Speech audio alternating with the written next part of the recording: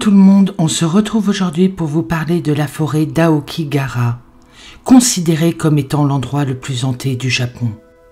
Un petit plus dans cette vidéo, une de mes amies a visité cet endroit mystérieux. Elle a eu la gentillesse de nous faire partager ses images. Partons ensemble parcourir cette forêt mystérieuse. La légende raconte que ceux qui s'aventurent à l'intérieur n'en ressortent jamais. A priori, pas tout le monde, mon ami, est bien ressorti de cette forêt. Aokigahara est une forêt située au pied du mont Fuji, à moins de 160 km à l'ouest de Tokyo. Localement, elle est également connue sous le nom de Junkai, mer des arbres, en raison de sa très forte densité d'arbres. C'est une forêt unique à bien des égards. Il n'y a pratiquement pas d'animaux sauvages, donc c'est très calme, ce qui en fait une destination populaire parmi les habitants. Cependant, cette forêt est tristement célèbre. Chaque année, plusieurs centaines de personnes viennent se donner la mort ici. Elle est surnommée Forest. Des disparitions mystérieuses. C'est un endroit qui est bien installé dans le folklore japonais. Même si vous n'êtes pas attiré par les histoires de fantômes, la vérité est que l'endroit a une atmosphère particulière. Lorsque vous y entrez, des panneaux en japonais et en anglais empêchent les gens de mettre fin à leur jour. Un panneau à l'entrée indique « Votre vie est quelque chose de précieux qui vous a été donné par vos parents », tandis qu'un autre indique « Méditez une fois de plus sur vos parents, vos frères et sœurs et vos enfants ». Il faut savoir que toute la forêt a poussé sur un ancien champ de lave. Elle en est recouverte. Suite à une ancienne éruption volcanique du mont Fuji, nous pouvons y trouver des arbres très anciens avec beaucoup de pierres volcaniques. La forêt a été formée sur des anciens champs de lave. Elle est également très dangereuse, suite à des énormes crevasses formées suite à la lave dissimulée sous des feuilles. Beaucoup d'ossements ont été retrouvés dans cette forêt, ainsi que des squelettes. Le Japon est le pays de prédilection des fantômes. Dans la religion principale du Japon, le shintoïsme, il vénère des esprits qui sont un peu partout, dans les pierres, dans les arbres, les animaux. Ils sont appelés les kamis. Dans le folklore japonais, il y a également beaucoup d'histoires sur les spectres. Beaucoup de films ont été créés suite à ces croyances. Un exemple, The Ring Bridge. Selon les Japonais, Aokigahara Junkai, qui signifie mer d'arbres, serait l'endroit le plus hanté du Japon. Les Japonais racontent que la forêt serait hantée par des esprits tourmentés qui s'amuseraient à faire peur aux promeneurs égarés. Hormis les histoires, il y a beaucoup de disparitions mystérieuses. Dans cette forêt, il est très facile de s'y perdre. D'ailleurs, nombreux ceux qui ont été retrouvés sans vie, perdus ou qui ont chuté et qui sont décédés suite à leurs blessures ou de faim. Certaines parties de la forêt n'est pas accessible. Elle est surveillée par des gardes forestiers, suite à l'appel du gouvernement japonais pour éviter que des personnes mettent fin à leur jour. Aokigahara a été associé à la mort et aux mauvais esprits, connu sous le nom de Yuren dans l'ancien folklore japonais. Une ancienne tradition japonaise aurait été pratiquée où les personnes âgées et les malades étaient transportés dans la forêt pour mourir. Leur esprit en colère, le Yuren, hante la forêt, encourageant les personnes qui veulent mettre fin à leur jour d'y entrer pour réaliser leur terrible envie de mourir. Les Japonais croient que si une personne meurt d'une mort subite, non naturelle ou violente, l'esprit se transformera en Yuren. Si un corps n'est pas correctement enterré ou si une personne meurt avec des sentiments forts et négatifs tels que la dépression ou la rage, alors l'esprit se transformera en Yuren. Il y a beaucoup d'esprits en colère dans cette forêt. Les personnes qui ont parcouru cette forêt se sont décrites comme paniquées et on dit qu'elles avaient l'impression que les arbres essayaient de les engloutir. Depuis les années 50, plus de 500 personnes qui ont mis fin à leur jour à Aokigahara et le nombre de corps augmente chaque année. Vous trouverez de nombreux rubans en plastique, comme du ruban adhésif de police, qui serpentent à travers la forêt. Les personnes qui entrent dans la forêt en pensant à mettre fin à leur jour, mais qui ne sont pas certains d'y parvenir, laisseront ces rubans comme des pistes à suivre pour sortir de la forêt. La majorité des gens qui ont mis fin à leur jour se pendent, les autres font une overdose de pilules. Au moins une fois par an, la population locale et les gardes forestiers se rendent dans la forêt pour rechercher des corps. Ils appellent ça la chasse aux corps. Ces chercheurs ont rapporté avoir entendu des cris aigus et des gémissements dans cette forêt, par ailleurs silencieuse. Les touristes qui bravent les bois prennent des photos et des vidéos montrant des brumes et des orbes. Par ailleurs, les GPS et n'importe quel appareil électronique ne marchent pas dans la forêt d'Aokigahara. Bien que d'une beauté et d'un calme inégalables, elle ne reste pas moins dangereuse, même si l'objectif n'est pas... Comme le verra mon ami, depuis quelques mois, il y a une voiture abandonnée sur le parking qui amène à la forêt. On suppose que le propriétaire est entré sans jamais en ressortir. Personne ne l'a jamais retrouvé. Dans les vieux jours du Japon, il était connu comme un acte de samouraï, comme le seppuku, harakiri. Dans d'autres cas, les familles pauvres abandonnaient les aînés dans les montagnes.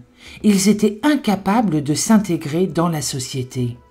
Les habitants du coin ne mettent pas fin à leur jour dans cette forêt, car enfants, on leur apprend de ne pas y aller. On leur dit que c'est une forêt effrayante et hantée. Un jour, un géologue a vu quelque chose d'étrange, une sorte de poupée clouée à un arbre. Il dira « Ils ont cloué cette poupée à l'envers comme symbole de leur mépris envers la société. C'est une malédiction. La malédiction est clouée. » Il y a eu un témoignage d'un randonneur qui a vécu une expérience paranormale. L'une de ces histoires vient de Kenji, un randonneur, qui a fait un voyage à Aokigahara pour faire de la randonnée et aussi par curiosité après avoir écouté toutes les histoires pendant une longue période. Kenji marchait avec un ami à travers la forêt, quand tout d'un coup, tout était calme. Il y avait beaucoup de monde pourtant à côté d'eux, mais tout était très calme et silencieux, comme si chaque bruit des arbres était loin et chaque bruit de personne également. Ensuite, ils ont remarqué ce qu'ils ont pris au début comme un autre randonneur marchant à travers les arbres. Cela s'avérait être quelque chose de beaucoup plus étrange. Voici ses propres mots. Nous pensions que c'était un autre randonneur, mais nous avons ensuite réalisé que cette personne n'avait aucun détail, aucune couleur, a expliqué Kenji. C'était comme s'il n'était qu'une ombre sans relief. Il semblait également nous suivre, mais il était à l'écart, dans les arbres, et il n'y avait pas de bruit de pas ou de feuilles. C'était étrange, mais c'est devenu plus étrange quand j'ai vu cette silhouette passer derrière des arbres. Je m'attendais à ce qu'il revienne de derrière les arbres, mais à la place, il était soudainement à environ 10 mètres de moi, comme s'il venait de se téléporter. Il n'y a aucun moyen que quelqu'un ait pu parcourir cette distance sans que je m'en rende compte. Après un certain temps, l'étrange intrus est resté là, à nous regarder et a ensuite disparu sous nos yeux. Un autre randonneur a vécu une expérience effrayante, qui semble certainement être de nature assez paranormale. Cette fois, c'était une femme nommée Keiko, qui à l'époque faisait de la randonnée avec 2 autres personnes.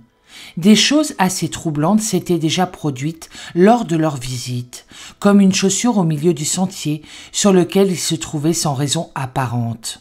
Cependant, la situation a empiré quand ils ont entendu ce qui ressemblait à un cri dans la forêt.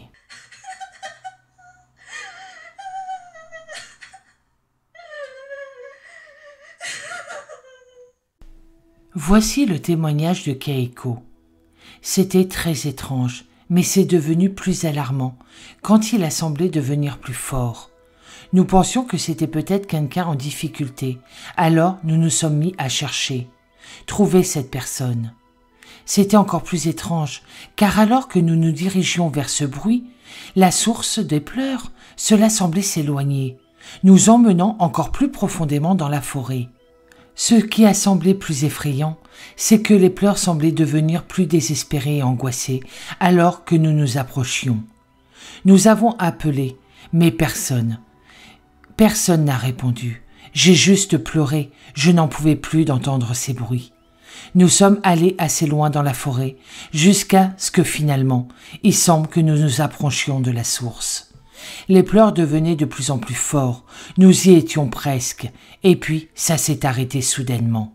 Cela s'est arrêté complètement. Nous avons été un peu surpris, puis mon ami a fait remarquer. Et là, suspendu à un arbre, se trouvait un corps d'une femme. Nous sommes sortis de là rapidement et avons contacté les autorités. Mais ce qu'il faut savoir, c'est que cette femme avait mis fin à ses jours il y a bien longtemps. Je me suis toujours demandé si c'était le fantôme de cette femme que nous avions entendu. Un autre témoignage. Un homme marchait dans les bois avec sa femme lorsqu'ils ont été tourmentés par un fort sentiment d'être surveillés et suivis, même si personne n'était là.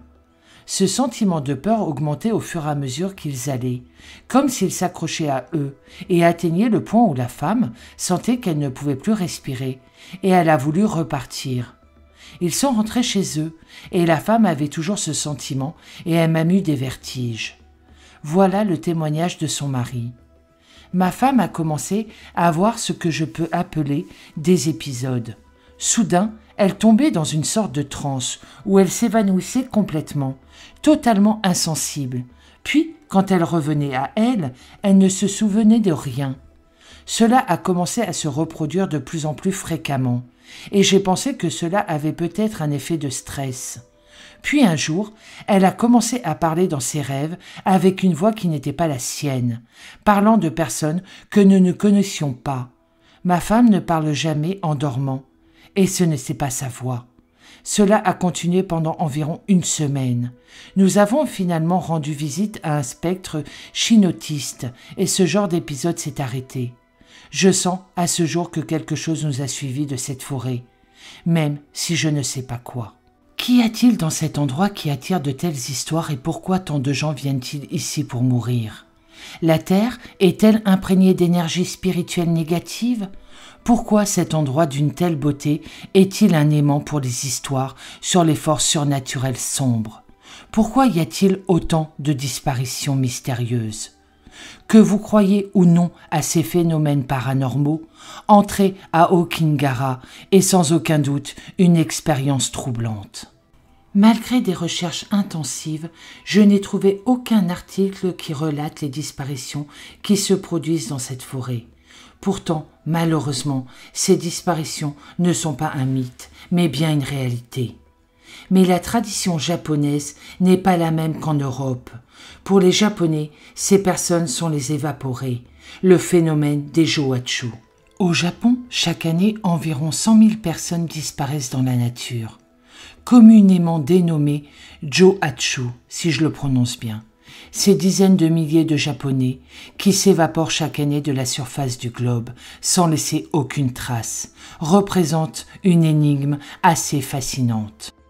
Ce phénomène ayant pris une place primordiale dans la société japonaise reste pour autant un sujet tabou, en particulier pour les familles de ces évaporés. Malgré le soutien d'associations d'aide aux familles des disparus et l'existence de détectives privés, il est souvent impossible de retrouver la trace de ces êtres transformés en fantômes, d'autant plus que la loi japonaise rend difficile le traçage des données personnelles des individus. Le choix de ces évaporés montre qu'il est possible de quitter le monde réel, fantasme de millions d'êtres humains à travers le monde. Pour autant, leurs témoignages ne servent pas à alimenter le mythe de l'individu, quittant le monde globalisé pour se retrouver en connexion avec lui-même. Au contraire, ils dressent le portrait d'individus ayant été contraints à vivre en solitaire afin de garder leur honneur sauve. Sans briser nos rêves d'évasion, les histoires de ces milliers d'êtres vivants perdus dans les bas-fonds des grandes cités japonaises permettent de relativiser cette envie de tout quitter. C'est la fin de cette vidéo, je vous laisse voyager encore dans cette forêt si mystérieuse, mais pour ma part, je vous souhaite une très bonne journée, je vous dis à bientôt dans une prochaine vidéo et surtout prenez soin de vous.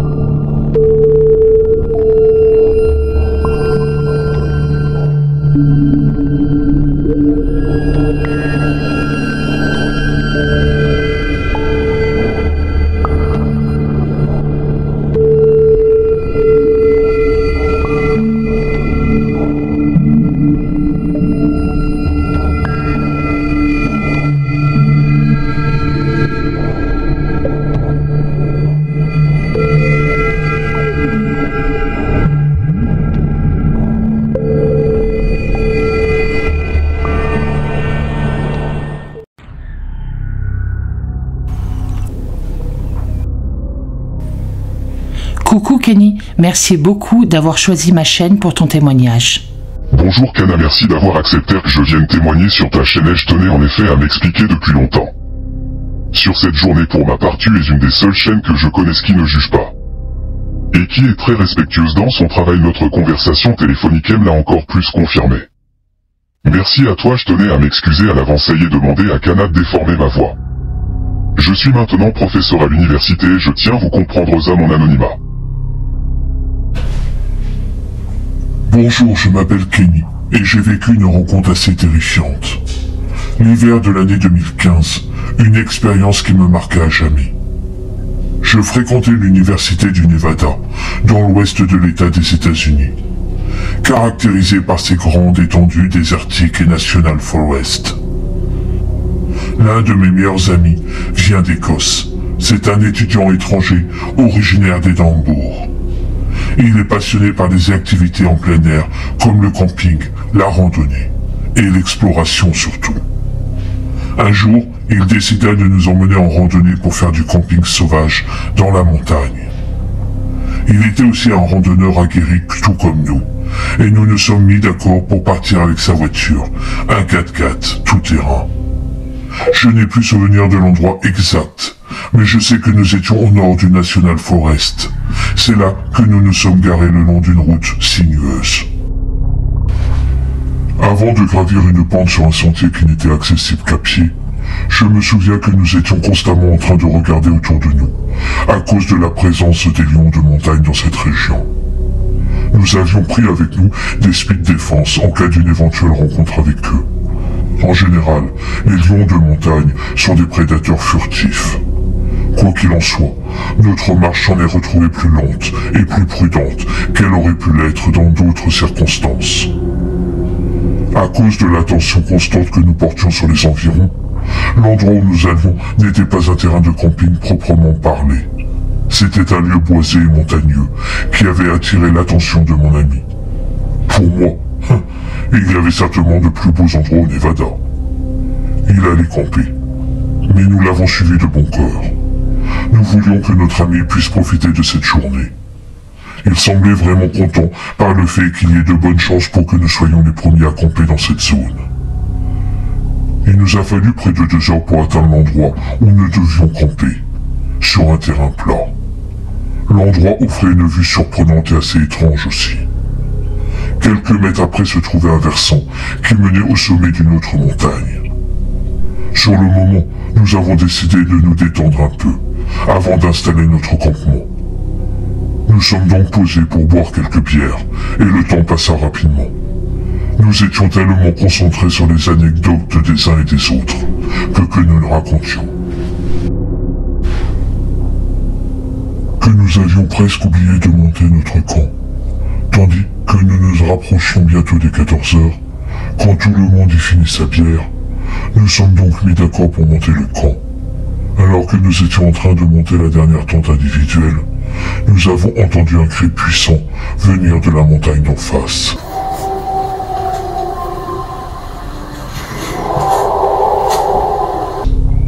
Malgré l'étrangeté du cri, ma première réaction était de penser qu'il s'agissait peut-être de quelqu'un qui cherchait à nous faire peur. Mais quand nous avons tous les trois dirigé notre regard vers l'origine du cri, nous avons distingué une silhouette massive et sombre, recouverte de fourrure, se tenant dans l'ombre. Mon ami demandant ce que c'était en nous le montrant du doigt. J'en sais rien, mais j'ai pas l'impression qu'il s'agit d'un être humain, lui répondis-je. Pour ma part, j'étais choqué par la vue de cette créature. On aurait dit un primate, vu la largeur de sa carrure et la taille de ses bras. Mais il ne ressemblait à aucun singe que nous connaissions, car il avait de longues jambes. Je pouvais pas distinguer clairement ses traits, vu la distance et le fait qu'il se tenait dans l'ombre, mais ça avait l'air presque irréel, un peu comme si j'étais en train de rêver, ou faire un cauchemar plutôt. Il est resté là immobile à nous observer. Alors, une onde de peur partit de mon bras, en bas de mon ventre, pour se répandre dans le reste de mon corps. Désolé pour la description, mais c'est une sensation que j'ai beaucoup de mal à décrire. J'avais le profond sentiment que quelque chose n'allait vraiment pas. et je me suis retrouvé coincé entre l'envie de fuir et celle de rester immobile par peur de commettre une imprudence. J'avais la sensation que nous n'aurions pas dû être là. Puis je me suis souvenu des fameuses légendes circulant dans la région, entre les apparitions d'OVNI et les skinwalkers. Certaines personnes affirmaient avoir aperçu la créature connue sous le nom de Bigfoot. Comme vous devez sûrement le savoir, il s'agit d'un mystérieux cryptide aux allures de primate qui, apparemment, vivrait à l'abri des regards dans cette zone reculée d'Amérique de l'Ouest.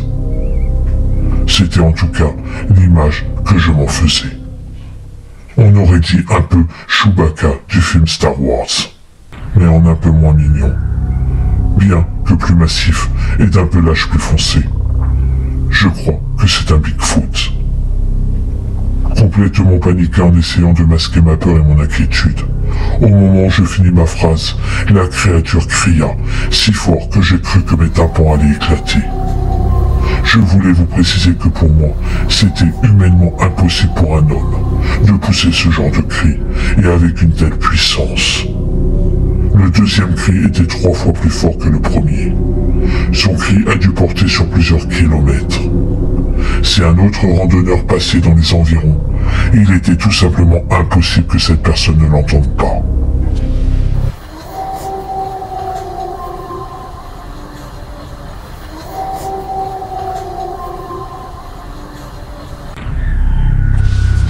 Puis, il s'est mis à regarder dans notre direction. Nous nous sommes mis à reculer. Je savais s'il décidait de nous attaquer, nous ne nous en sortirions pas. D'un coup, il s'arrêta et cria pour une 3e fois, un peu moins fort que la 2e. Il resta sur place pendant quelques secondes avant de repartir, en direction de la montagne pour disparaître. Un de mes amis voulait le suivre, car pour lui une pareille occasion ne se représenterait plus. Mais quel ignorant et quelle bêtise. Mais j'étais tellement stressé que ma réaction et mon instinct m'ont dit qu'il ne fallait prendre aucun risque, bien évidemment. Car il faut s'imaginer s'il décidait d'attaquer. Mon autre ami, pour notre sécurité, décida que nous devrions rester ensemble. Donc, nous décidâmes de suivre mon premier ami qui voulait absolument le suivre. Mais quelle idée! Je n'étais pas trop rassuré. Je ne prononçais aucun mot pendant que nous marchions. Nous étions concentrés sur le moindre mouvement provenant de la montagne. Quelques minutes se sont écoulées. Nous arrivâmes sur une crête qui nous offrait un large panorama. C'est là que j'aperçus une silhouette marcher à environ une centaine de mètres, en direction d'une autre colline qui nous faisait face. Mon ami Steve l'a également remarqué parce qu'il la pointa du doigt. Il pointa l'endroit exact, où je l'aperçus avec la distance et l'ombre de la montagne. S'il n'avait pas été en mouvement, je ne pense pas que nous aurions pu le voir. Et c'est là que Steve poussa un cri en sa direction. Je lui cria, mais bon sang, à quoi tu joues? Il m'en répondit, je veux qu'il se retourne, je veux le voir de plus près. Je ne savais pas si c'était de la bravoure ou de l'inconscience, ou vraiment de la stupidité. Ne sachant plus quoi dire, j'espérais secrètement que cette créature poursuive son chemin. Mais ce ne fut pas le cas. Il se retourna dans notre direction pour nous observer à nouveau. J'étais à 2 doigts de m'enfuir. Steven voulait rester pour l'observer. Mais pour ma part, j'étais en panique, impossible de me contrôler. Ma main se dirigea vers l'épaule de Steven pour le tirer doucement en arrière. Le Bigfoot resta immobile pendant un petit moment avant de repartir en direction de l'autre colline. L'efficacité avec laquelle il se déplaçait sur le versant aussi escarpé me fait craindre encore plus le danger. Malgré qu'il semblait s'éloigner de nous, lorsqu'il eut atteint la crête, il se retourna à nouveau sur nous, avant de ramasser une grosse pierre. J'ai supposé qu'il ne voulait pas qu'on le suive davantage et jeta la pierre dans notre direction, très en colère, avait-il. Elle tomba à une 60aine de mètres devant lui. Heureusement pour nous, il ne semble pas vouloir nous attaquer. Et il resta là, à attendre sûrement pour voir si nous tenterions de nous rapprocher encore de lui. Pour moi, Il nous mettait en garde. Je dis à mes amis, allons-nous-en, il faut qu'on parte. Il nous met en garde. D'un coup, nous repartions en direction de notre campement. Steve, tout le long du chemin de retour, ne dira rien. Steven était content d'avoir croisé le Bigfoot, mais pour moi je suis sûr d'une chose, il n'a pas voulu nous attaquer. Mon ami, en arrivant au camp, nous demande de faire nos sacs pour partir avant la nuit, car nous étions tous assez choqués pour passer la nuit ici. Nous sommes donc repartis en direction de la voiture. Nous sommes revenus peu à peu à la réalité. Et le fait que nous avions rencontré quelque chose d'extraordinaire dans ces montagnes. Nous nous sommes arrêtés dans un restaurant pour manger un petit bout. Après 1 heure de route, il me déposa devant chez moi avec mon ami. Je pris une douche. Et comme je n'arrivais pas à trouver le sommeil, je continuais tout dans un journal, notre journée et surtout cette fameuse rencontre. Surréaliste, pour ne rien oublier. Notre vie à l'université reprise. Steven n'arrêtait pas de me parler de ce que nous avions vu. Il en était devenu passionné. Il fit des recherches à la bibliothèque en quête de témoignages. Il repartira souvent à l'endroit où nous avions vu cette créature avec son appareil photo. Quant à moi, cette rencontre m'avait quelque peu refroidi. À chaque fois que Steven me demandait de l'accompagner, je prétextais que j'avais du travail. Au cours des mois qui suivent, Steven nous présenta une étudiante avec qui il avait discuté. Elle nous raconta qu'un jour elle se promenait pas loin de là où nous étions, avec son père. Elle me soulagea d'un grand poids, car elle nous expliquait exactement ce qu'on avait vécu. Elle aussi et son père avaient vu cette créature. Je n'étais pas fou. Je sais que beaucoup de sceptiques vont dire qu'on a tout inventé, cette rencontre, cette journée. Mais je sais ce que j'ai vu, et je sais que mes amis ont vu la même chose que moi. Merci en tout cas, Kana, d'avoir pris au sérieux mon témoignage. Tu es une personne très professionnelle et très sympathique. Je te remercie encore. Merci surtout à toi, Kenny, pour ta confiance. Pour ma part, je vous souhaite une très bonne journée. Je vous dis à bientôt dans une prochaine vidéo et surtout, prenez soin de vous.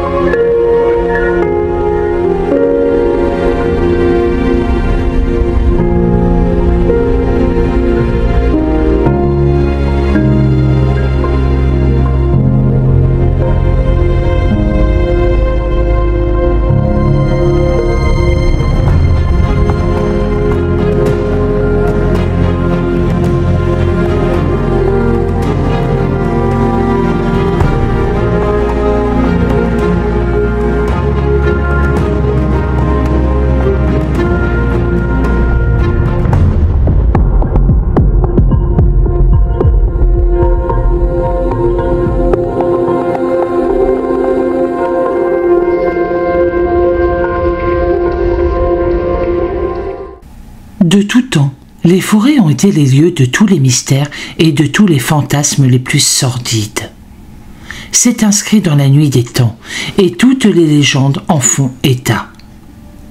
En France, en Écosse, en Grande-Bretagne, en Russie, des dizaines d'histoires y trouvent leurs racines et leur dénouement, presque toujours tragiques, presque toujours teintés de mystère et d'angoisse.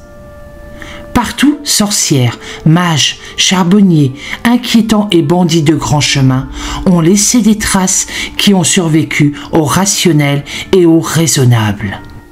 L'Allemagne, avec sa gigantesque et démesurée forêt noire, couvrant une grande partie du land de Bade-Württemberg, frontalière avec l'Alsace et la plaine rhénane, n'y échappe pas. Elle est le pendant géologique des Vosges.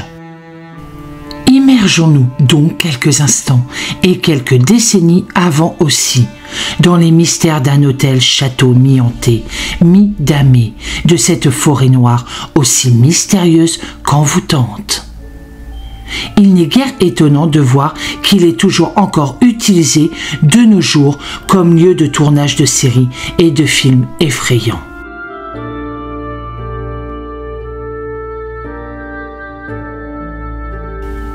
Ici, en Forêt Noire, l'histoire nous rapporte que de nombreux endroits sont rattachés à des histoires surnaturelles et à des légendes mystérieuses. Dans certains endroits, ils y apparaissent comme nombreux. Les arbres, les rochers, les sources et les lacs auraient des pouvoirs miraculeux, voire presque magiques. En tout cas, irrationnels et non expliqués en l'état actuel des connaissances par la science et le savoir des hommes. Mais qu'est-ce qu'il y a vraiment dans ces récits? Qu'est-ce qui s'est passé là-bas au temps jadis? Ou sont-ce seulement des endroits choisis où nous vivons de manière particulière? Les forces primordiales de la nature? Dès les années 1930, les rois et les célébrités du monde sont entrés et sortis de l'hôtel Walslunds, aujourd'hui abandonné, qui a été le lieu de tournage de films effrayants et d'horreur. En plein milieu de la forêt, il ressemble à un château fantôme 1000 fois hanté.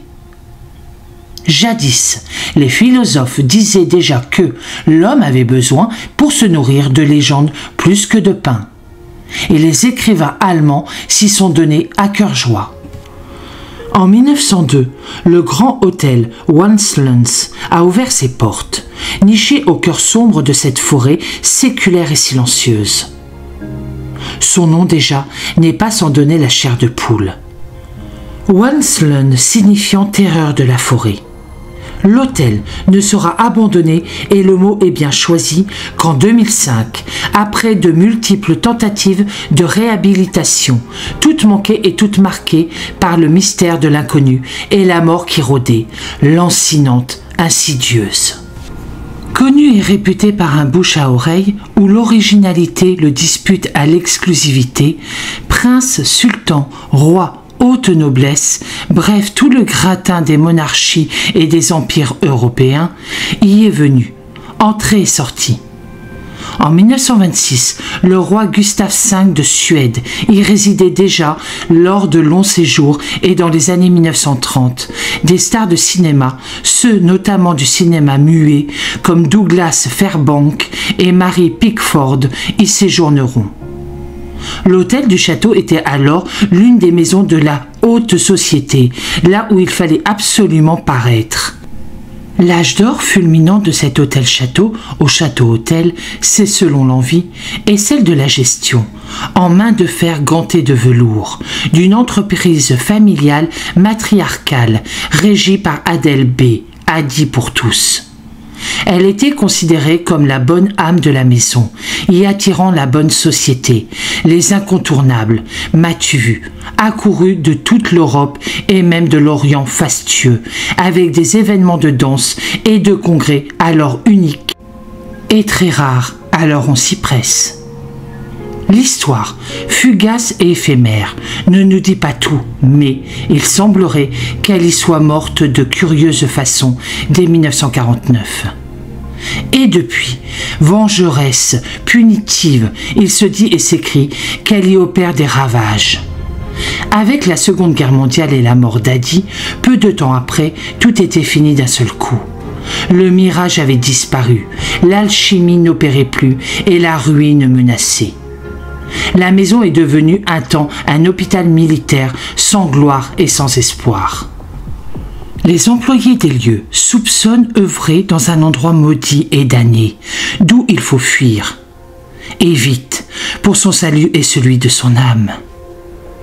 Les murs jadis somptueux, les lustres d'antan, le jardin, bouleversé par les bombes et les tombes, n'ont alors plus vu que des grabataires et des morts. C'est peut-être pour cette raison que ces mêmes employés de l'hôtel, rouverts un temps, chuchoteraient dès les années 60. Ils étaient convaincus que cet hôtel-château, aux destinées multiples mais toutes fantasmagoriques, était un lieu maudit et un lieu d'âme éternellement perturbée. Restez coincés ici, sur le chemin de l'au-delà, qu'elles n'atteindront, hélas, jamais. Et en 2005 a sonné le glas, avec la ruine comme fond de teint, les lieux menacent ruine et reposent à jamais sous leur épaisse gangue de mystères et d'interdits. Jamais complètement dévoilés au commun des mortels que nous sommes, imprudents et fort indélicats dans leur démarche de curiosité malsaine. La convoitise forestière n'a jamais su retrouver la renommée mondiale qu'elle avait acquise autrefois et de haut vol. Car n'est pas hôtel-château mystérieux qui le veut. De surcroît, le naufrage prévisible a été marqué par de nombreux changements de propriétaires, des vacances toujours trop longues et souvent destructrices. Pour décrire le décor des lieux, point besoin d'en rajouter beaucoup. La forêt est particulièrement sombre, noire même, puisque c'est aussi son nom historique. Ici et là, des reliques antiques et de précieux vestiges de cette époque, désormais révolus, se cachent encore derrière chaque porte, chaque placard, dans chaque couloir ou passage. Ici surgit un lit à baldaquin, tout droit sorti d'un conte de fées. Là, de vieux fauteuils à oreilles, défraîchis, profonds, happant l'indélicat qui est aussi posé, garnissent une bibliothèque aux senteurs de livres centenaires, poussiéreux, enchantés et fantomatiques. Seulement ici et là, une frêle fente de lumière d'une porte penchée brise encore l'obscurité et les rares vitres intactes dans leur huisserie claquent au vent mauvais. Partout de hautes colonnes de marbre blanc, jaunies par le temps, projettent de lourdes ombres à travers l'obscure et glaciale salle de danse. Le soleil, recouvert d'un tapis noble usé jusqu'à la corde, grince à chaque pas, aventuré au-delà du raisonnable. Le stuc somptueux, qui s'effrite en larges pans, témoigne d'une époque noble, révolue à jamais, qui a autrefois rempli de vie et de plaisir sacré, caché, interdit, ce remarquable bâtiment, trésor de l'art nouveau. Des scientifiques de l'Institut pour les zones frontalières de la psychologie et de la psycho-hygiène de Fribourg se sont alors intéressés à la légende. Nous pourrions même dire, sans nous tromper, aux légendes de l'hôtel-château et ont étudié les cohortes d'histoires hantées qui s'y sont passées. Pendant des mois, les chercheurs autour du chef d'enquête, le Dr Gerhard Mayer, ont évoqué d'anciens invités et employés et ont entendu des choses incroyables et terribles. Il leur a été rapporté que certains soirs, outre le vent qui s'insinuait partout, les verres tremblaient dans le bar. Les bouteilles de bière se vidaient à moitié vides sans jamais avoir été ouvertes. Une femme reconnue par certains peureux et terrifiés comme étant la réincarnation de la défunte Adi, portant un voile blanc, hantait les couloirs.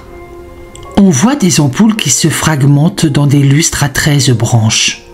On entend aussi un bébé qui crie longuement dans la nuit, bien qu'il n'y ait pas eu jamais d'invité avec un bébé.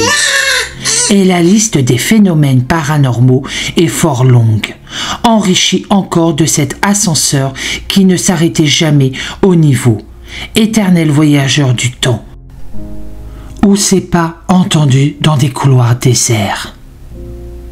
Des conclusions ont été tirées par ces scientifiques, psychologues frontières. Leur explication la plus rationnelle réside dans le fait qu'une grande partie de ces phénomènes inhabituels peut être liée à l'électricité domestique. Mais les plaintes des invités, lorsque le site avait rouvert, par cycles successifs, se seraient également accumulées. Une ancienne directrice générale de l'hôtel leur raconte. Nous avons déjà eu des invités dont la femme était tout à coup très effrayée. Elle s'est baignée et était sûre que son petit ami se tenait derrière elle dans la salle de bain et lui touchait l'épaule par derrière. Or, lorsqu'elle se retourna, il n'y avait personne et son petit ami était allongé sur le lit dans la chambre. Ils sont repartis tout de suite effrayés. Les employés rapportent aussi avoir été frappés à plusieurs reprises par l'étrangeté de 2 peintures à l'huile. Une image d'Adi, fort jeune, et celle d'un ecclésiastique appelé l'évêque, qui changent inopinément et sans explication rationnelle leur expression faciale en fonction de l'attention du spectateur. Tout cela relève d'un mystique et de l'étrange, frissant l'irrationnel et le surnaturel. Selon ces chercheurs donc, le lieu même, enfoui dans les mystères insondables de la forêt et l'hôtel-château, offrait des conditions idéales et même optimales pour les illusions de perception. En effet, difficile d'accès, il est bâti de manière confuse et hétéroclite, sans logique domestique. Il dispose d'un grand nombre de pièces et de nombreux coins et est plutôt mal éclairé dans l'ensemble. Si l'on prend au sérieux les connaissances précédentes de la recherche sur les lieux hantés, toutes ces caractéristiques citées font de l'hôtel-château Walslunds un endroit parfaitement approprié pour l'apparition de nombreux vrais phénomènes paranormaux.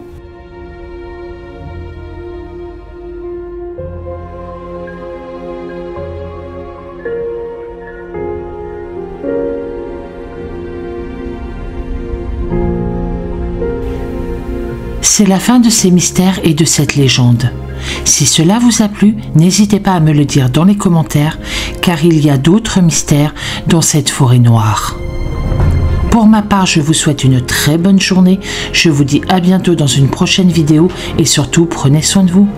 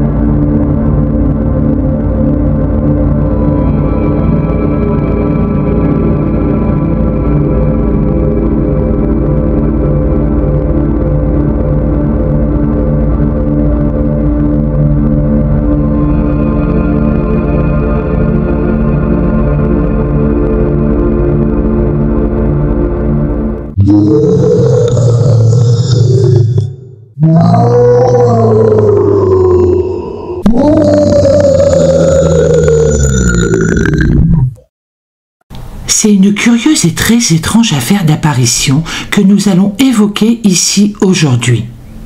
un phénomène surnaturel ou surhumain, c'est selon, qui a marqué durant l'année 1973, mais déjà avant cette date et encore bien après, toute une région américaine des États américains de l'Illinois et de l'Ohio. Car dans plusieurs villes et comtés de l'État d'Illinois, puis dans l'Ohio, les habitants, gens respectables et au-dessus de tout soupçon, déclarent avoir vu et croisé un monstre, une créature non humaine, gigantesque, monstrueuse. Le phénomène durera 6 mois au moins, sans faillir et sans s'arrêter vraiment. Est-ce du folklore local ?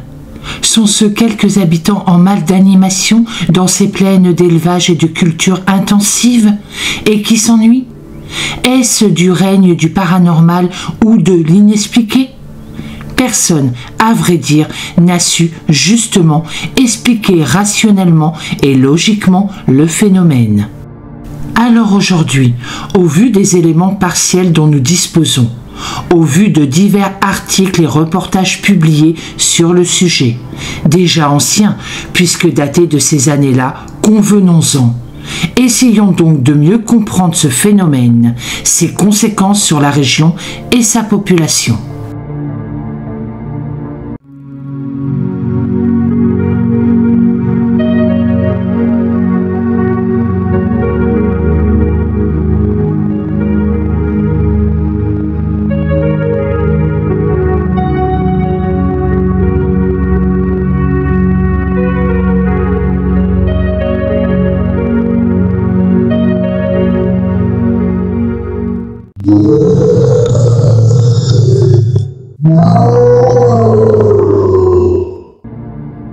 Nous sommes donc dans l'État de l'Illinois, aux États-Unis. Là, c'est le cœur de l'Amérique traditionnelle, grosso modo, au centre-est du pays, avec les grandes villes de Springfield et surtout la capitale industrielle, l'immense mégalopole que constitue Chicago. Sinon, partout autour, de grandes et immenses plaines à perte de vue. Dans les communautés paisibles de Murphy-Boswell, Mont-Vernon et Edwardsville, plusieurs habitants qui ne se connaissent pas et n'ont aucun centre d'intérêt commun ont déjà signalé à plusieurs reprises avoir aperçu quelque chose qui pourrait bien ressembler à un monstre. En tout cas cela, la bête ou la créature, c'est selon la façon dont, comme il l'appelle, n'a pas la forme habituelle d'un être humain ou d'un animal connu. Non, c'est bien plus gros et bien plus terrifiant. Une fois qu'on est loin, qu'on s'est mis en sécurité, les surnoms vont bon train. Le gros monstre boueux, le monstre de Murfreesboro, le monstre de la station de pompage, etc. Avec un peu de recul, il sera finalement renommé et reconnu sous le nom de monstre d'Enfield, la même où il avait été repéré sur une route en avril de l'année 1973, une année quelconque finalement dans l'histoire de ce grand pays. Enfield, dans l'État de l'Illinois, est une toute petite ville, sans histoire, avec à peine 750 habitants à demeure. Ici, il ne se passe jamais rien qui fasse la une des grands journaux du pays, et même de la région. C'est dans la nuit du mercredi 25 avril 1973 que Henry McDaniel, revenant seul d'une réunion tardive avec sa voiture, qu'il entendit soudain, une fois parvenu chez lui, un bruit continu de grattement à sa porte d'entrée. L'aurait-on suivi ? Quelqu'un avait-il besoin d'aide? Y avait-il une urgence quelconque? Henry McDaniel s'est rendu à la porte et a vu ce qu'il a d'abord pensé être un ours. Même s'ils sont devenus rares maintenant dans la région, le passé a montré qu'il y en avait eu par endroits, descendus tout droit des forêts épaisses et de la montagne. Pour lui, la bête essayait d'entrer dans la maison où il avait vu de la vie. C'est du moins sa première réaction. Se précipitant dans sa chambre pour attraper une arme et une grosse torche d'éclairage, il voit ensuite la bête qui se promène dans sa cour. Mais il reste incrédule. Car ce qu'il avait pris pour un ours, fût-il grand et fort, n'en est pas un au final. Non, car ce qu'il voit et a le temps de contempler, de détailler même, car la bête ne se sauve pas et n'est pas plus effrayée que cela. C'est une sorte d'animal informe, à 3 pattes, d'une apparence générale grisâtre, un corps très court, 2 petits moignons de bras plutôt courts eux aussi, 2 très gros yeux globuleux d'une couleur tirant sur le rose. Il estime la taille à environ 1,30 m, tout plus 1,50 m, mais guère plus. Henry McDaniel tire 4 coups de feu en direction de l'animal. Il ne sait pas en fait s'il a touché la bête. La nuit est noire et épaisse. Il n'y voit pas plus loin que le rayon de sa torche. Mais l'animal s'enfuit, sifflant fort comme un énorme chat. C'est bien le bruit rauque qui l'a retenu, fait 3 bonds et finit par s'évanouir dans les buissons et les fourrés autour de la maison. La même où passe la ligne de chemin de fer. Aussitôt, restant lucide, il appelle les autorités de police et c'est un agent de la police fédérale, James Mather, qui se rend sur place pour faire les constatations d'usage. Le policier rend la déposition de l'homme qu'il dit sobre et réservé et dont il qualifie les propos de cohérents. Les recherches autour de la maison, arme à la main à titre de prudence, ne donneront rien. La bête s'est évanouie, ne laissant guère de traces, sauf une empreinte fraîche laissée sur le sol meuble, pouvant ressembler à une patte de chien à 6 doigts. Les quelques recherches entreprises alors auprès des vétérinaires, scientifiques, chercheurs et universitaires du pays ne relèvent la présence connue d'aucune espèce de vertébré connue et identifiée comme telle. Là, le mystère s'épaissit fortement et, sans tarder, ouvre la porte à tout un tas de spéculations, tout aussi irrationnelles les unes que les autres, mais qui ont couru la campagne cette année-là. On parle vite, sans se renseigner vraiment, de mutations génétiques d'animaux tenus captifs en laboratoire non déclaré, d'animaux peut-être rapportés de voyages à l'étranger, atteints d'une maladie et qui auraient muté brusquement. La seule chose dont on semble certain, à ce stade des premières investigations, c'est que l'animal n'est ni un chien ni un kangourou. Car Henry McDaniel a déjà eu les 2 comme animaux de compagnie, notamment un kangourou alors qu'il servait comme militaire en Australie. Il sait à coup sûr les reconnaître. Mais précisons aussi que, hormis le récit qu'Henry McDaniel a fait aux autorités, certaines choses semblent néanmoins clocher.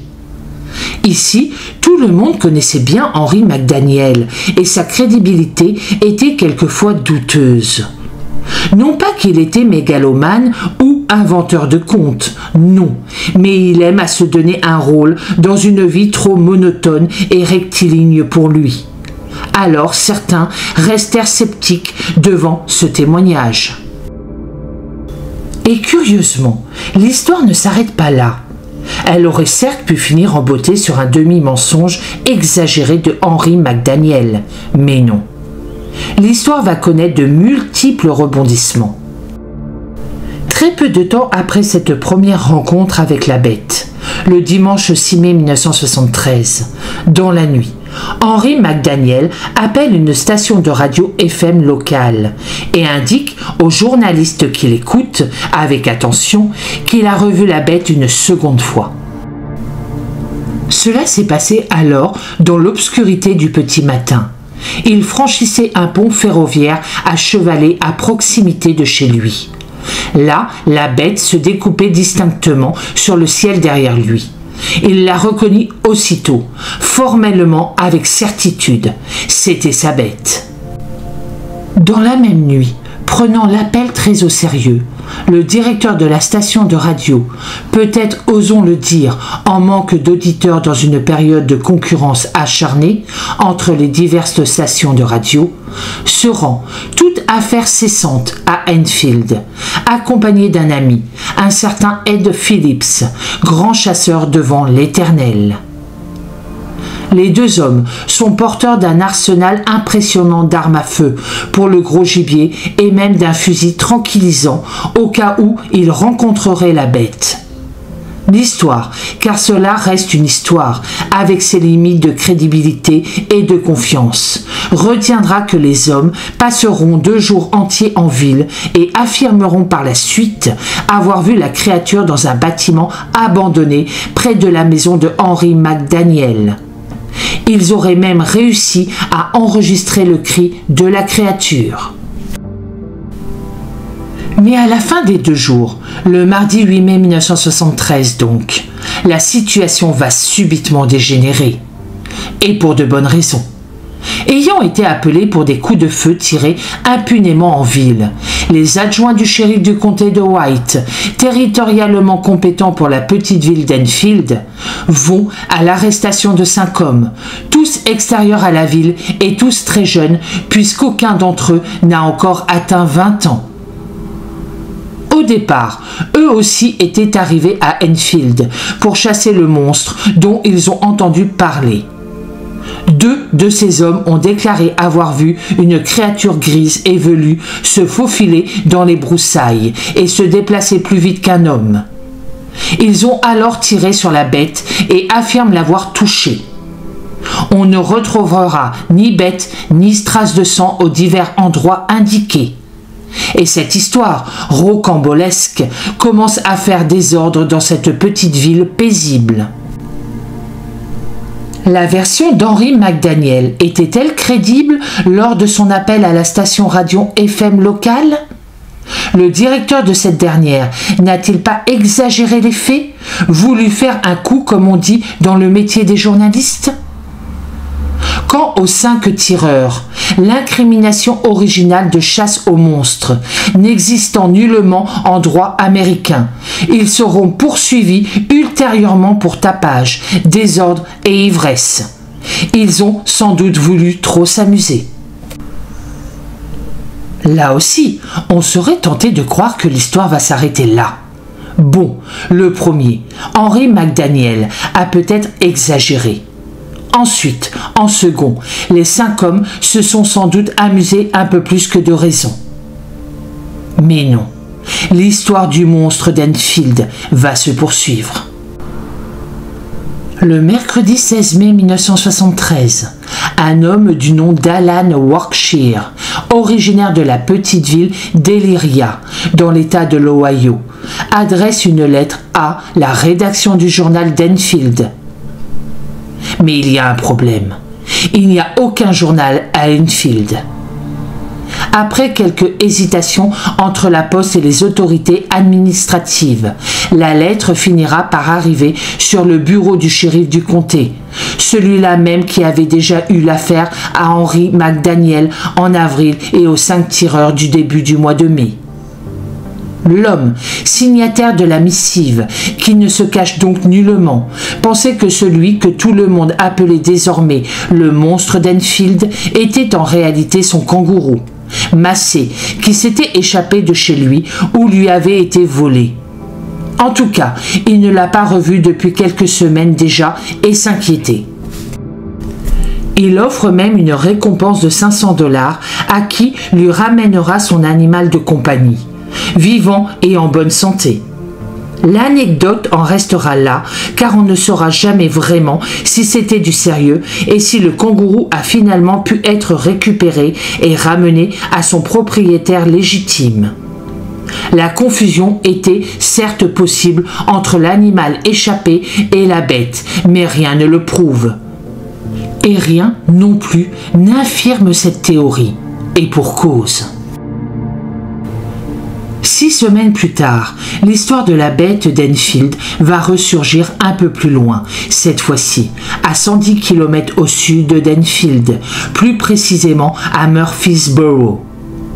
Nous sommes le lundi 25 juin 1973 et c'est là que deux jeunes gens, Randy Neham, âgé de 19 ans, et Judy Johnson, sa petite amie du même âge, vont vivre une rencontre terrifiante près de la rampe de mise à l'eau en rivière à Lindell Street. Comme il l'a rapporté, encore choqué, au policier de Murfreesboro, Randy aurait vu une créature inconnue au nord de la rivière Big Mundy. Alors qu'ils se sont garés sur le côté sud de l'aire de stationnement, à côté des bois, ils auraient entendu un fort cri dans la zone boisée et a observé une grande créature d'environ 2 mètres de haut. La créature aperçue semblait avoir des cheveux, ou quelque chose de ressemblant en tout cas, de couleur claire, emmêlée de boue. Elle donnait l'impression de marcher sur 2 pattes et semblait aller dans leur direction, vers la voiture. Elle a continué à crier, changeant de ton régulièrement en avançant vers la voiture. Pris de panique, les deux jeunes gens quittent donc les lieux très rapidement et contactent les services de police.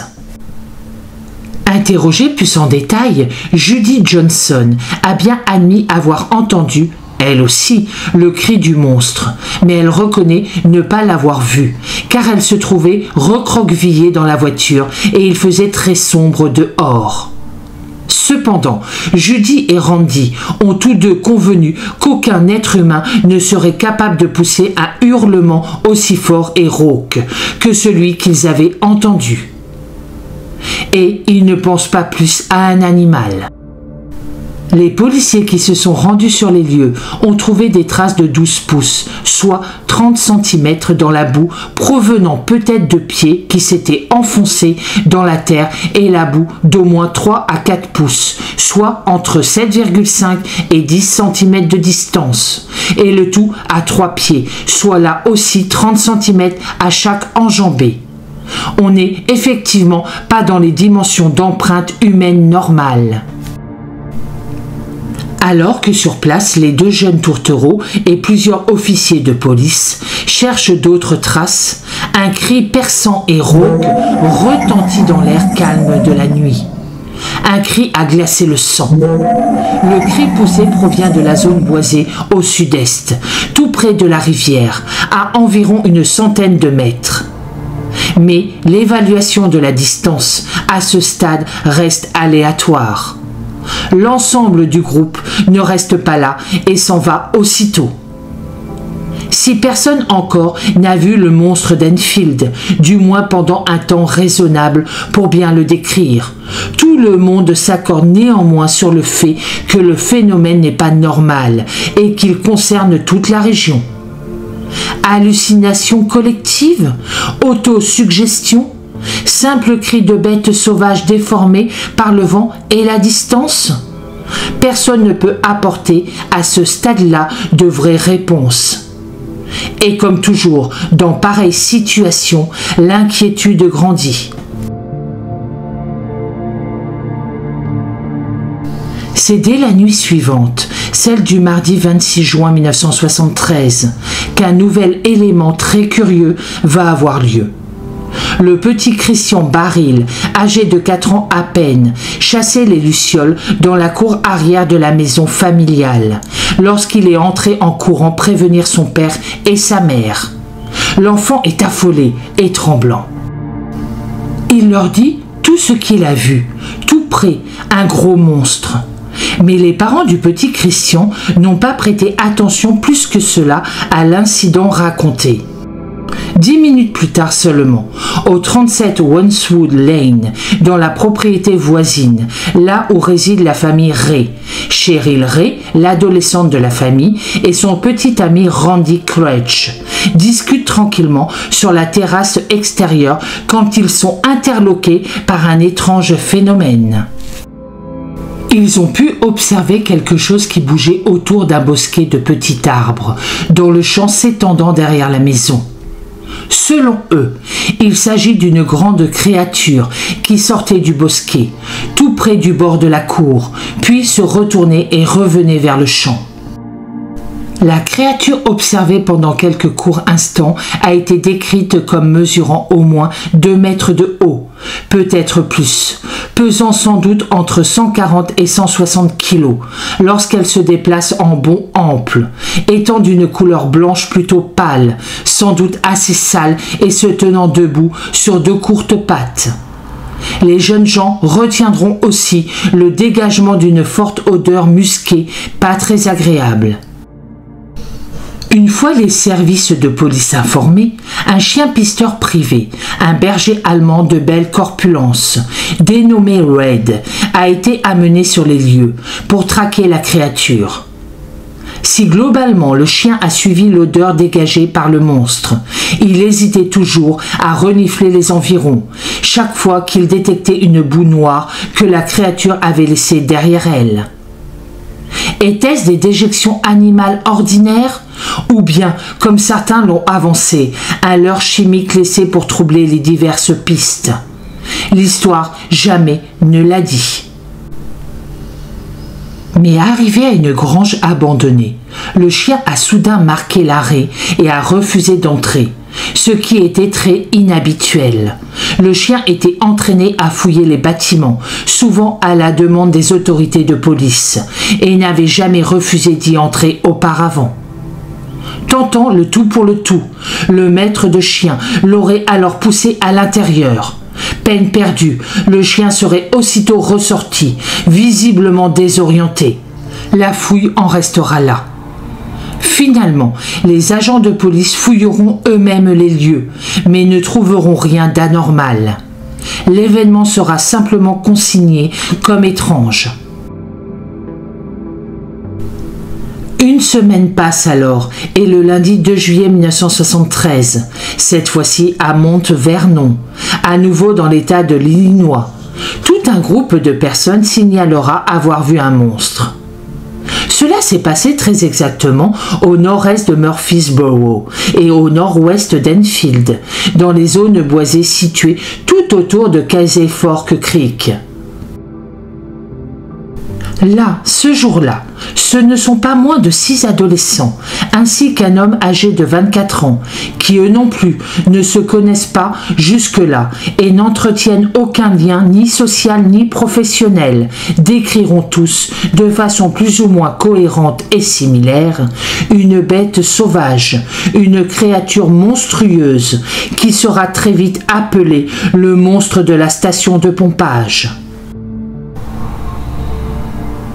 2 des adolescents cités se trouvaient sur Tolley Road lorsqu'ils ont vu la créature sortir brusquement des broussailles et s'avancer sur la route. Elle mesurait environ 1,90 m, voire peut-être même 2 mètres, avait des yeux perçants et un nez plat. Au-dessus de la poitrine, la créature semblait être chauve, mais le bas de son corps était, quant à lui, recouvert de poils abondants. Les garçons et leurs chiens sont terrifiés et prennent leurs jambes à leur cou. Durant tout l'été de cette année 1973, décidément très atypique par ici, les observations de créatures et de monstres ont continué à se poursuivre dans l'État de l'Illinois, sans savoir s'il s'agissait du même phénomène ou de phénomènes isolés. Ainsi, le dénommé Burt Miller, propriétaire du Miller Carnival, a rapporté que le samedi 7 juillet 1973, plusieurs de ses employés du carnaval et de la fête foraine locale, qui se produisaient ce soir-là en ville, avaient vu un monstre effrayant.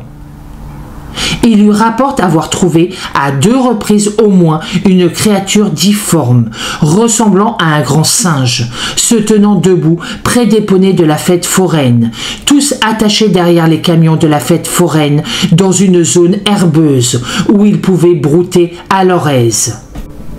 La créature monstrueuse, dirent-ils, semblait s'intéresser aux poneys, et à chaque fois qu'il l'apercevait, un ouvrier courait chercher le patron, mais à chaque fois, le monstre avait bel et bien disparu.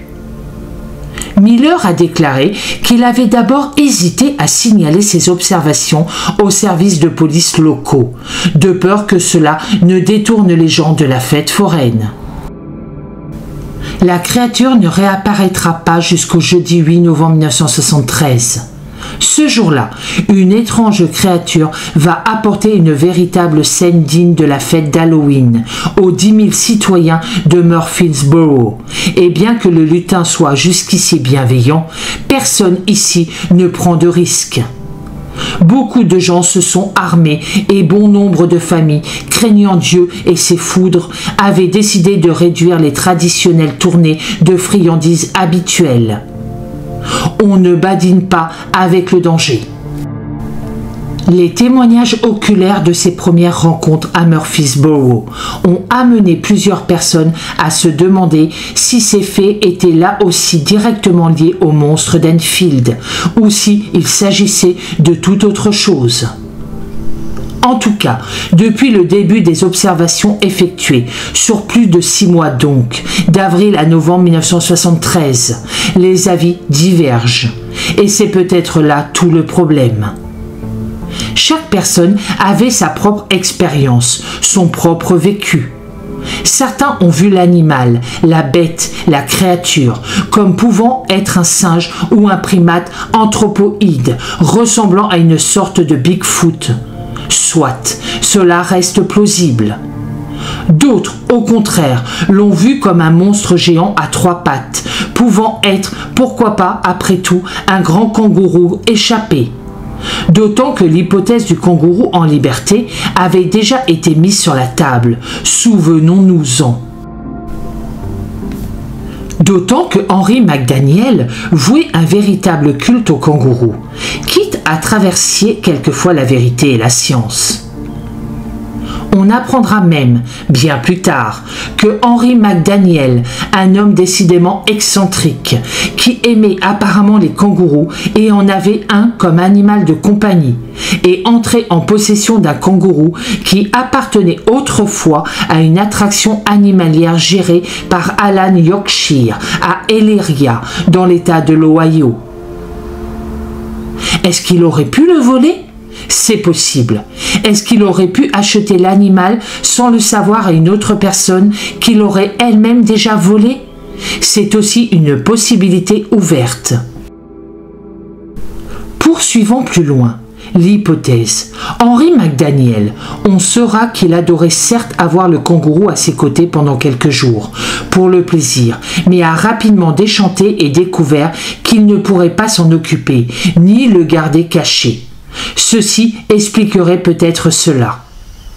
Il n'existe cependant aucune preuve pour étayer cette hypothèse.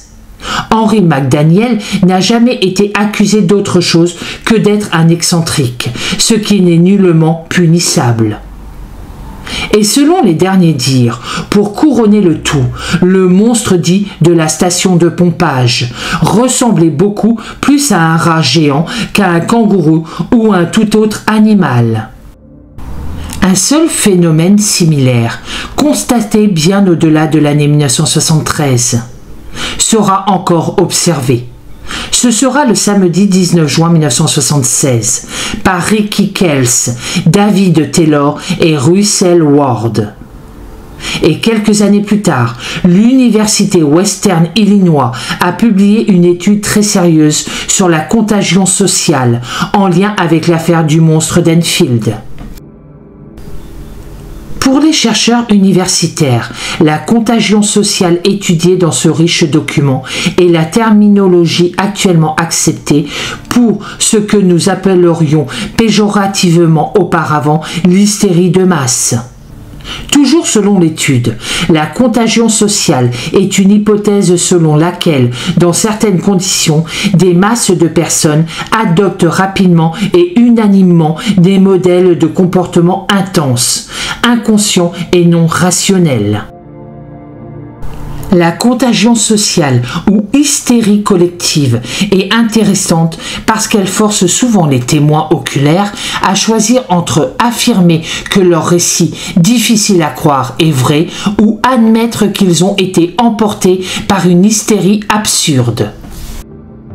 Si vous avez été témoin d'un ovni dans le ciel la nuit dernière et que vous étiez certain d'avoir vu un ovni, Admettriez-vous volontiers, après tout, que vous aviez tort lorsque l'observation est expliquée de manière plausible aujourd'hui? Et si une personne exagérait légèrement ce qu'elle a vu, cette personne serait-elle alors moins susceptible d'admettre la vérité, car cela révélerait ses mensonges? Ce sont précisément des questions de ce type que nous devons nous poser lorsque nous évaluons la véracité et la motivation de rapports tels que ceux fournis sur les monstres d'Enfield, Big Mundy et Murphy Borough. Et ce récit ne serait pas totalement honnête si nous ne mentionnons pas que ce n'est pas la première fois qu'une ville du centre de l'Illinois est en proie à une hystérie collective. 30 ans plus tôt, juste en haut de la route, un gazier fou avait terrorisé la petite ville de Mantoun, dans l'Illinois. Il aurait prétendument eu l'habitude de se faufiler jusqu'à la fenêtre des maisons, surtout les chambres à coucher des femmes, et d'y lancer du gaz toxique pendant le sommeil de ces dernières. Malheureusement, aucune preuve crédible de l'existence d'un tel gazeur n'a jamais été trouvée. Et il s'agissait d'un cas que les experts ont qualifié, en ces temps déjà, d'hystérie collective, ou plutôt dans le langage actuel, de contagion sociale.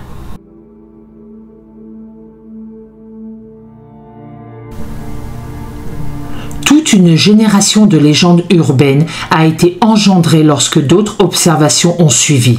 Un folklore qui a démarré en 1973 et qui dure depuis plus de 50 ans maintenant. Dans ce scénario, la question de savoir ce qui a exactement hanté l'Illinois en 1973 relève d'une sorte d'explication hybride entre la contagion sociale et l'inconnu. La plupart des gens accordent du crédit aux observations ultérieures d'un monstre, tout en écartant les rapports originaux de Henry McDaniel. Et il est tout à fait possible que les rapports d'Henry McDaniel aient été des mensonges grossiers et que certains des rapports ultérieurs aient été des observations réelles d'un animal mal identifié. Il serait facile de considérer l'ensemble de l'été 1973 de l'Enfield Monster comme une mauvaise histoire d'été, essentiellement en raison du manque de crédibilité du premier rapport. Mais il y a quelques faits épineux tout de même. Car certains témoignages sont plus précieux, plus réalistes que d'autres. Qu'ont réellement entendu Randy Neham, l'agent Nash et l'adjoint Scott hurler dans leur direction dans la nuit du mercredi 25 juin 1973. C'était réel, quoi que ce soit, et cela n'avait rien à voir avec Henry McDaniel. En conclusion, disons qu'il ne fait guère de doute que les gens ont vu et voient encore des choses étranges, parfois ici, parfois là, et s'en ouvrent aux autorités. Peu de cas ont été faits aussi de tous ces témoignages épars, isolés, sans lien entre eux, sans réelle véracité prouvée. Alors, le mystère du monstre d'Enfield restera vivant encore longtemps et continuera de hanter encore d'autres générations d'Américains. C'est la fin de cette étrange affaire. J'espère qu'elle vous aura plu. Pour ma part, je vous souhaite un très bon dimanche. Je vous dis à bientôt dans une prochaine vidéo et surtout prenez soin de vous.